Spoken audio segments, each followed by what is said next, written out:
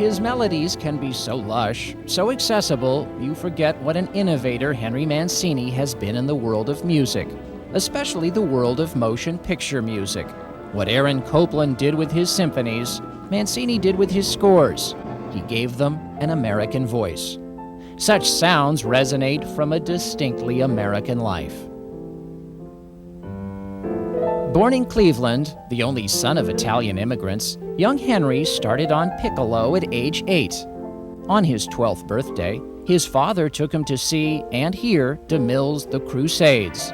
Then and there, young Henry launched his crusade toward a career.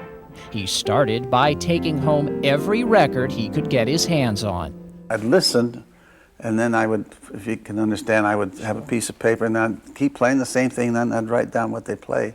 And at the end of the session, I had the whole arrangement that they were playing, and it was an exercise, really. And this was the days before digital sound and compact discs. Oh, yes, yes. It was a scratchy enterprise. Yeah, it was. We had an old Victrola, and it was really my kind of connection. It was a bridge that I crossed at that time doing that. Basic training at the Juilliard School was interrupted by basic training in Atlantic City. At the same base, Captain Glenn Miller was putting together his Army band. After a brief meeting with his idol, who must have been impressed, Henry's probable assignment to gunnery school turned into a gig with the 28th Army Band. While Captain Miller could not save his own life, his music would survive. Upon Mancini's return home, he accepted a position as arranger and pianist for the Tex Beneke-fronted Glenn Miller Orchestra. The next best thing would have been playing with a big band before the war. Right. But this was a peak, the guys coming home, and the age groups were all good, and they all wanted to go out and dance and see the bands that they had been missing over the period of the last 3 or 4 years. And so the big band business for a while, we did terrific. I mean, it was just great. Henry was doing pretty terrific himself, having proposed to the band's lead singer, Ginny OConnor. Well, and this whole idea of marrying a musician didn't sit well with the O'Connors, did it? Well, my mother was highly suspect of a traveling musician. As she well should be. So she didn't see her daughter married to one. But once she met him and spent some time with him, then it allayed her Charmer. fears. No, she was a great lady, and she played piano, and so we finally connected, and it was wonderful. Ginny loved Henry, but hated life on the road. Hank compromised, quitting the band and moving to Ginny's hometown of L.A. But he had arrived in the place where his dream could come true.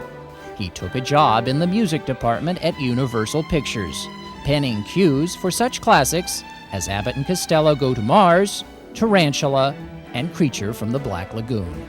Most of the time, the studio wouldn't pay for an original score, so Henry had to recycle music from other films, from other composers. I used to go get Mickey Rozier's music, Frank Skinner, Hans Salter, all of these people, and sit in a room, and out of that music, I would bring it all, work it all out on pen and paper. It was all a lot of timings and stuff, and make a score, which cost the studio nothing except my $250 a week salary. When given the chance, Mancini excelled, writing the love theme Too Little Time for the Glenn Miller Story, and later, the big band Latin score for Orson Welles' Touch of Evil. But the end of the studio system meant the end of staff musicians. Henry lost his job, but not his studio pass. On the way to the commissary one day, his friend Blake Edwards asked if he'd like to do his new TV show. Straight ahead, brassy, American. Music not larger than life, but a reflection of life. The album, the music from Peter Gunn, spent 10 weeks at #1, winning Mancini the first of 20 Grammy Awards. On the heels of their television successes, Blake Edwards asked Henry to score his film Breakfast at Tiffanys. The producers approved the choice with the proviso that a more Broadway-styled composer write the song the script demanded for Audrey Hepburn's Holly Golightly. Mancini gave it a shot anyway, bringing in Johnny Mercer to write lyrics. I gave him the melody, and he said, "That's a nice waltz." So he wrote the words and all of that. But he had no faith, either did I. I didn't know. He said, who's going to listen to, no matter how pretty it is, who's going to listen to a waltz? Who's going to sing it in this day of rock and roll? Well, fortunately, he was wrong. We're after the same rainbows and waiting round the bend, my huckleberry friend, Moon River and me. You said very few times in your career did you read a lyric and it gave you chills and goosebumps, but when you read My Huckleberry Friend. Yeah, that was a burst of brilliance.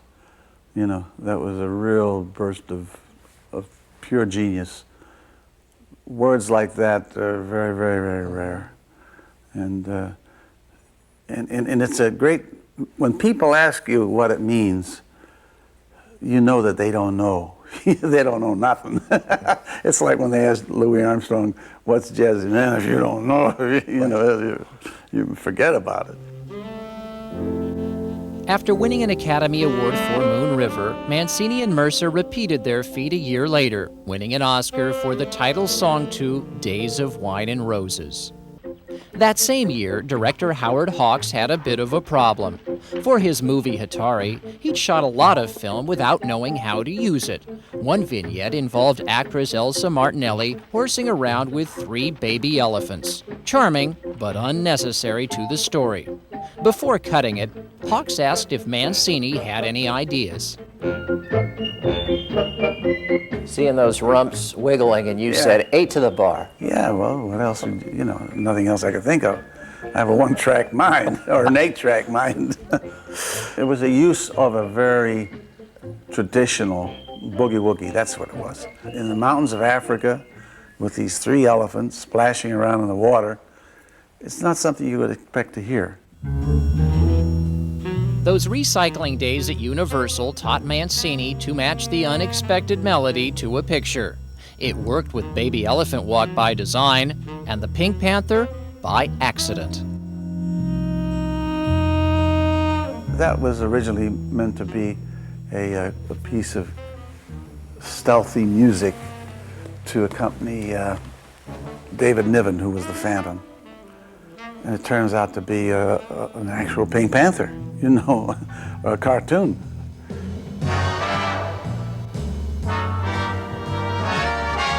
3,000 fans showing up to a 70th birthday celebration honoring Henry Mancini, a man who's composed scores to 90 films, released 90 albums, and written 14 television themes. Hank and I have made 28 films together. God knows how many television shows. And in some 30 years that we've been together, we've never had an argument or a disagreement. And except for the lack of sex, I consider that a remarkable relationship.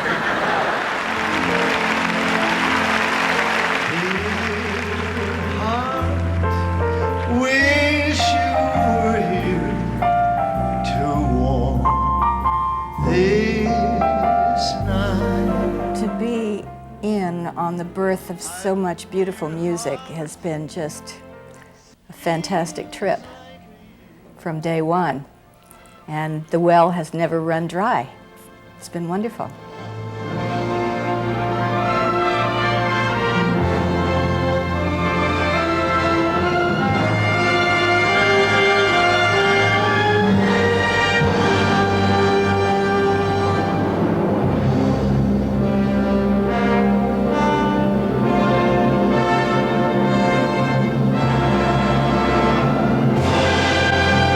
Classic Hollywood, I'm Peter Jones.